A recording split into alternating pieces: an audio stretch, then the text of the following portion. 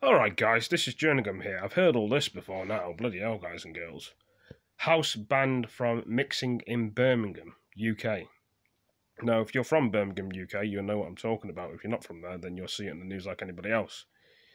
Will this happen in Telford? Will this happen in Manchester? Will this happen in Birmingham? Will this happen in Liverpool?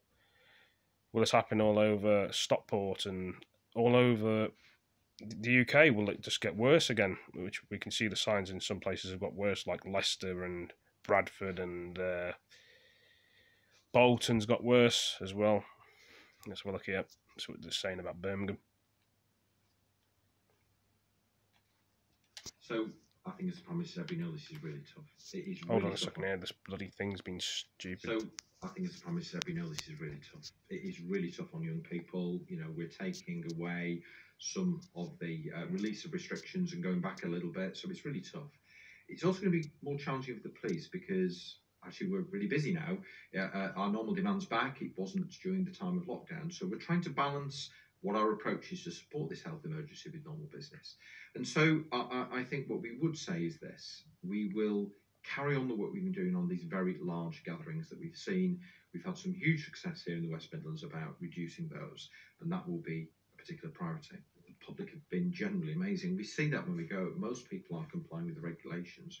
We need to be clear about that. The things we've seen, of course, we saw this big rise in large unauthorised music events, gatherings, raves, barbecues. And we've seen those really curtailed because of the operations the force is doing. And of course, we've got enhanced powers now with £10,000 fixed penalties. So we've seen those drop away. We've been targeting public transportation. Yes, we have seen that lax a little bit, and we've been back in that space. And so, clearly what we will still be doing is trying to encourage people to follow it.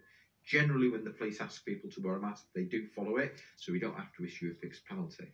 But clearly, we are going to have to strike that balance to make sure that the restrictions are more closely adhered to in the areas of greatest risk. Young people find this very tough.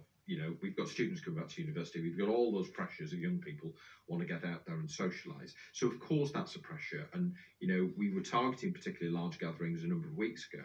And, of course, what we know about the data is we see a little bit of lag, don't we, between potential infections and actually people becoming infected and testing. And so some of that work we were doing a few weeks ago, I hope will pay off in the longer term. It will be the work we continue to do to target large groups.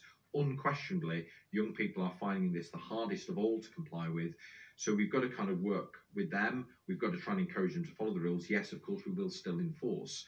But I think we've been generally targeting those areas of greatest risk, and we'll carry on doing that. Well, guys and girls, hope you've all enjoyed that video. Some people will follow the rules and some people probably won't. But anyway, thank you for joining me. See you next video. Peace.